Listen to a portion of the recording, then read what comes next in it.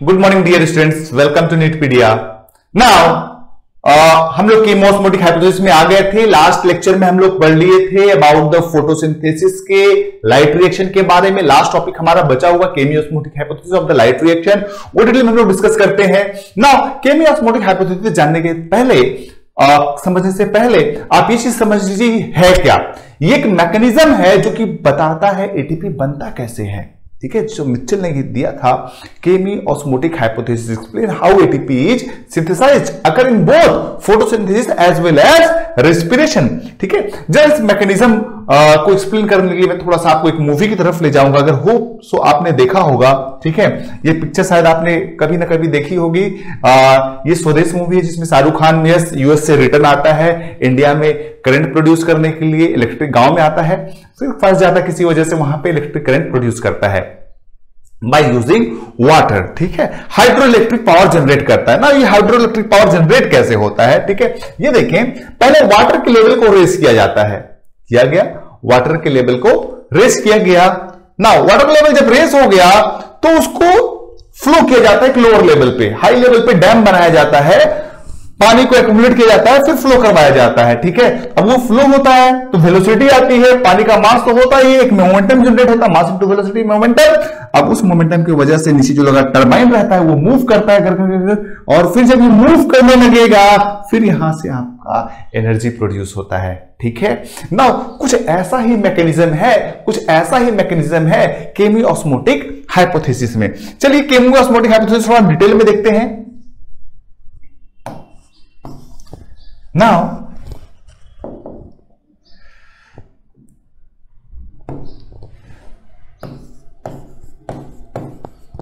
केमी osmotic hypothesis, chemiosmotic hypothesis, ठीक है, ये क्या कहता है केमी ऑस्मोटिक हाइपोथेसिस? सबसे पहला क्वेश्चन इसके बारे में यही आता है। ठीक है, ये है क्या? ठीक है, अगर आप इसका नाम देखें, केमिकल है, ये केमिकल इंडिकेट करता है H+ को, और यहां पे ऑस्मोटिक टर्म इंडिकेट करता है कुछ ना कुछ ऑस्मोसिस होगा, ऑस्मोसिस या डिफ्यूजन मतलब ट्रांसफर ऑफ आयंस होगा। जब आप देखते हैं, सबसे पहली बात इसका साइट कहां पे है, होता कहां पे है ये process? Yes, lumen of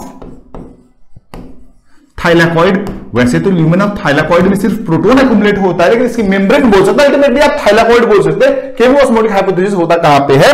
thylakoid में होता है। दूसरा बात, ये क्या करता है? It explains how ATP is synthesised. ATP बनता कैसे है, ये इस चीज को एक्सप्लेन करता है। हाउ एटीपी इज सिंथेसाइज्ड, ये कंसेप्ट को, इस मैकेनिज्म को एक्सप्लेन करता है। जैसा मैं आपको ओवरऑल व्यू दूं, ठीक है, अभी आपने देखा था स्वदेश पिक्चर, ठीक है, पूरी मूवी नहीं दिखाई थी, कम से कम ये तो आइडिया लग गया ना हाइड्रो इलेक्ट्रिक करंट जनरेट कैसे करते हैं। दैट मींस किसी चीज को आपको बहुत हाई लेवल पे ले जाना पड़ेगा। ठीक है, क्या आप हाई लेवल पे ले जाओगे? मान लो ये है आपका ल्यूमेन ऑफ थाइलाकॉइड, ये है आपका ल्यूमेन ऑफ थाइलाकॉइड, और ये है आपका क्लोरोप्लास्ट। अब देखिए, दोनों के बीच में आपको डिफरेंस क्रिएट करना होगा, दोनों के बीच में आपको डिफरेंस क्रिएट करना होगा प्रोटॉन का। प्रोटॉन का लेवल यहां पे बहुत ज्यादा होना चाहिए, बहुत ज्यादा होना चाहिए। ठीक है, और यहां पे प्रोटॉन का लेवल बहुत ही कम होना चाहिए। इस तरह से क्या होगा, ग्रेडियंट जनरेट होगा, और अचानक से आप प्रोटॉन को यहां से फ्लो करवाओगे यहां बाहर की तरफ। प्रोटॉन का कंसंट्रेशन बढ़ा दिया, हाई कंसंट्रेशन हो गया यहां पे, हाई कंसंट्रेशन, फिर यहां पे आपने क्या करेगा बाहर में, लो कंसंट्रेशन। जैसे वहां पे था high concentration of water, height पे था, यहां पे लो कंसंट्रेशन, और फ्लो होगा। जब ये फ्लो होगा तो टरबाइंस मूव करेगा, यहां पे भी टरबाइंस लोकेटेड होता है, अभी आपको मैं दिखाऊंगा आगे। ठीक है, टरबाइंस मूव करेगा और एनर्जी प्रोड्यूस होगा। ठीक है, टरबाइंस अगर आप देखना चाहते हो, ये देखो टरबाइंस कैसा होता है, ये देखो इस तरह का टर्बाइंस रहता है। ये जब प्रोटॉन फ्लो करता है तब ये जो होता है थोड़ा सा मूव करने लगता है। जब मूव करता है कन्फर्मेशनल चेंज जिसको हम लोग बोलते हैं, कन्फर्मेशनल, इसका जो मूवमेंट होता है उसको हम लोग कन्फर्मेशनल चेंज बोलते हैं। इसकी वजह से हमें एटीपी प्रोड्यूस होती है, एटीपी प्रोड्यूस होती है। चलो हम इसको डिटेल में देखते हैं। चलिए सबसे पहले हम लोग थाइलाकॉइड लेते हैं। ये आपका थाइलाकॉइड है और ये मान लीजिए आपका क्लोरोप्लास्ट। ठीक है, जब क्लोरोप्लास्ट है दैट मीन्स ये पार्ट क्या होगा आपका stroma and this is what thylakoid. Now ये जो थाइलाकॉइड का मेम्ब्रेन है, ये जो थाइलाकॉइड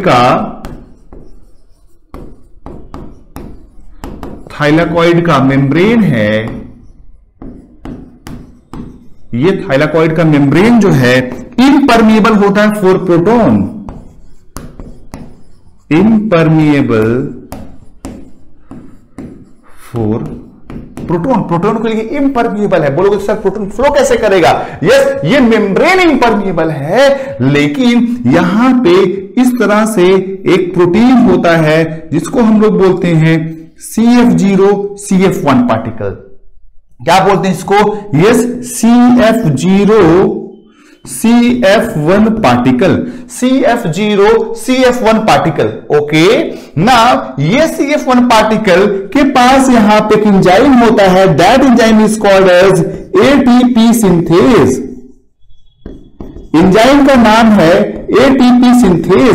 ATP सिंथेज क्या करेगा? नाउ जब प्रोटॉन यहां से पास करेगा, ठीक है, क्योंकि चैनल प्रोटीन है, इसके पास चैनल है, यहां से प्रोटॉन क्रॉस कर सकता है। नाउ जब ये प्रोटॉन यहां से क्रॉस kरेगा और इस टर्बाइन में क्या होगा? Movement, it will go under conformational change, it will go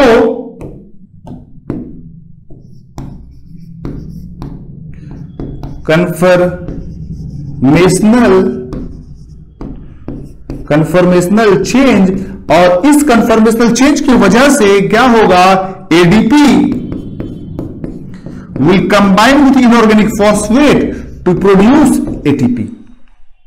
okay, जब प्रोटॉन यहां से मूव करेगा, नाउ अब हमको यह समझना है भाई यहां पे लो कंसंट्रेशन ऑफ प्रोटॉन क्यों है? क्योंकि ये तो इंपरमिएबल है, प्रोटॉन सिर्फ यहीं से क्रॉस कर सकते हैं। यहां पे लो कंसंट्रेशन क्यों, यहां पे हाई कंसंट्रेशन ऑफ प्रोटॉन क्यों है?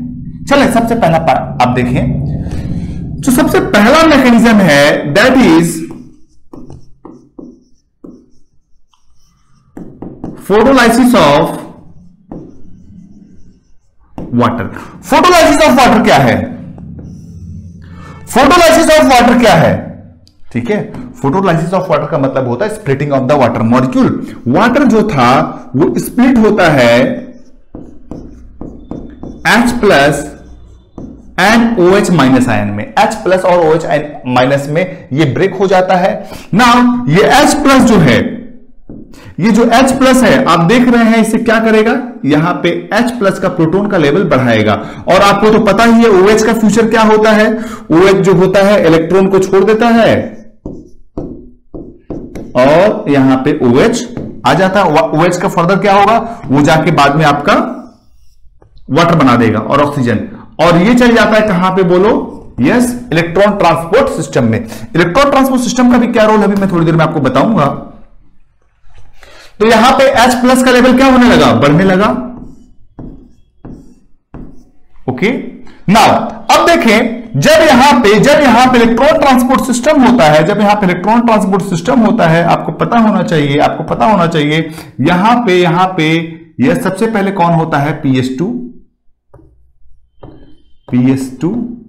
ठीक है, और यहां पे आपका होता है PS1, ठीक है। नाउ सबसे पहले जब इलेक्ट्रॉन फ्लो होता है, तो ये जाता है प्लास्टोक्विनोन के पास। किसके पास?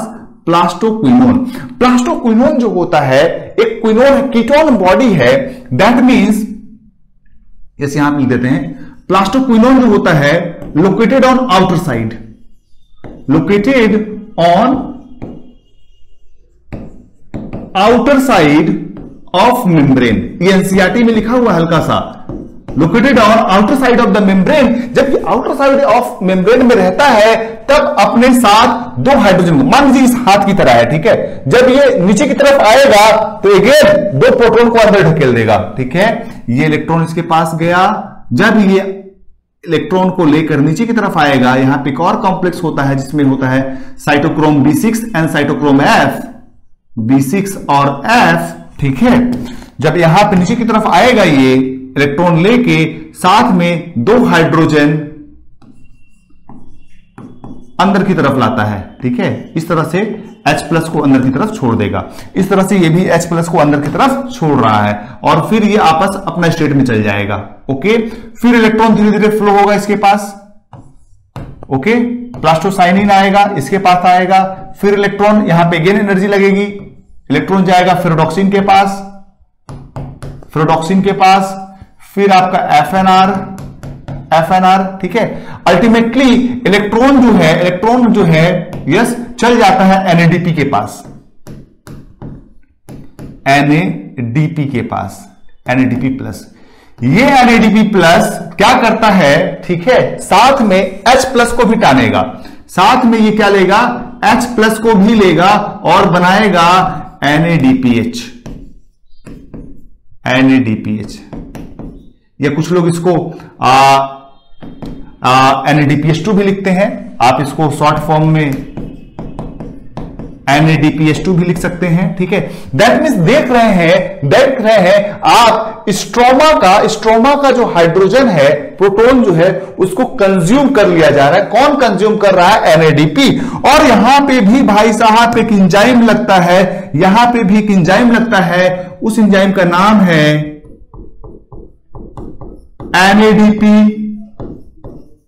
रिडक्टेज। एंजाइम का नाम है NADP, एंजाइम का नाम है NADP रिडक्टेज, एंजाइम का नाम है NADP रिडक्टेज, NADP रिडक्टेज। मेरी बात समझ में आ रही है आपको? थोड़ा सा कॉम्प्लेक्स है लेकिन आसान है, समझने की कोशिश करिए। हमने क्या किया, H+ का लेवल यहां पे बढ़ा दिया, लेकिन स्ट्रोमा में हम लोग H+ का लेवल क्या कर रहे हैं, घटा रहे हैं। कैसे घटा रहे हैं? Bye consuming the proton.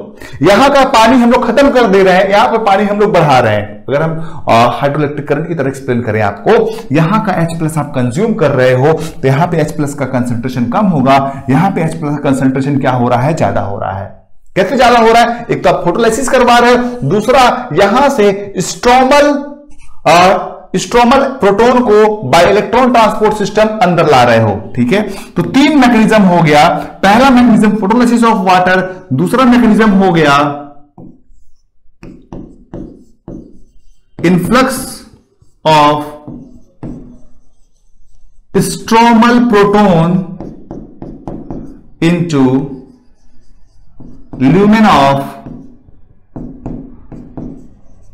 Thylakoid, into lumen of thylakoid, ठीक है। और तीसरा मैकेनिज्म है क्या, यस, आप स्ट्रोमा के H+ को कंज्यूम कर लो, स्ट्रोमा के H+ कंज्यूम कर लो। जब ये सारी चीजें आप करोगे तो H+ का लेवल यहां पे बहुत ज्यादा बढ़ जाएगा, H+ का लेवल बढ़ जाएगा।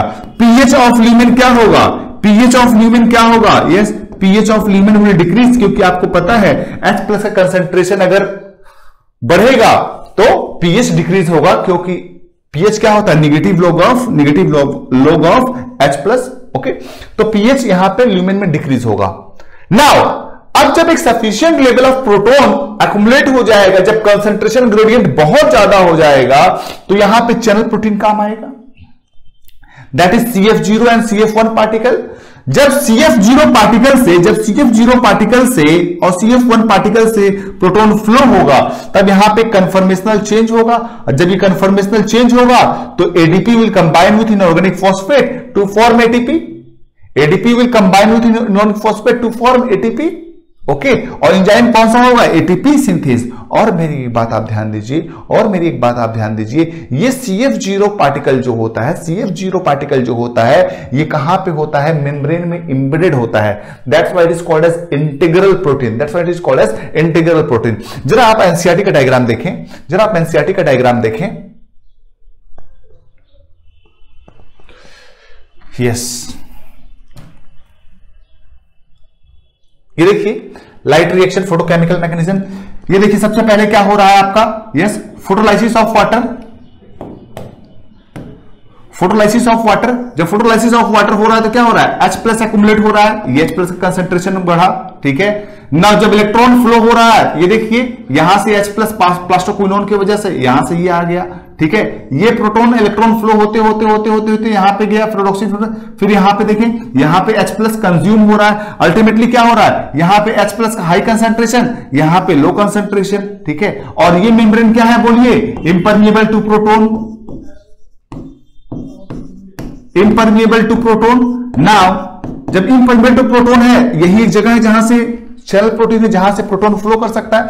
तो अब प्रोटॉन यहां से यहां फ्लो होगा। जब प्रोटॉन यहां से यहां फ्लो होगा तो ADP will combine with inorganic phosphate to form ATP CF1 particle, क्योंकि ये जो CF1 पार्टिकल है यहां पे होता है एटीपी सिंथेस। ओके, तो ये है कीमोस्मोटिक हाइपोथेसिस। नोट करके आप लिखेंगे Chemiosmosis occurs in both photosynthesis as well as respiration. Okay, now respiration में कहां होता है? रेस्पिरेशन में ये होता है माइटोकॉन्ड्रिया के अंदर, ठीक है। तो ये हुआ, ठीक है। नाउ अब यहां पे देखिए अल्टीमेटली पूरे लाइट रिएक्शन में बना क्या? लाइट रिएक्शन से हमको दो चीजें मिली, एक एटीपी, दूसरा NADPH2। एक एटीपी, दूसरा NADPH2। ये एटीपी प्लस NADPH2 हम लोग यूटिलाइज करेंगे बायोकेमिकल फेज ऑफ फोटोसिंथेसिस में, जो कि हम लोग आगे देखने वाले हैं। ओके।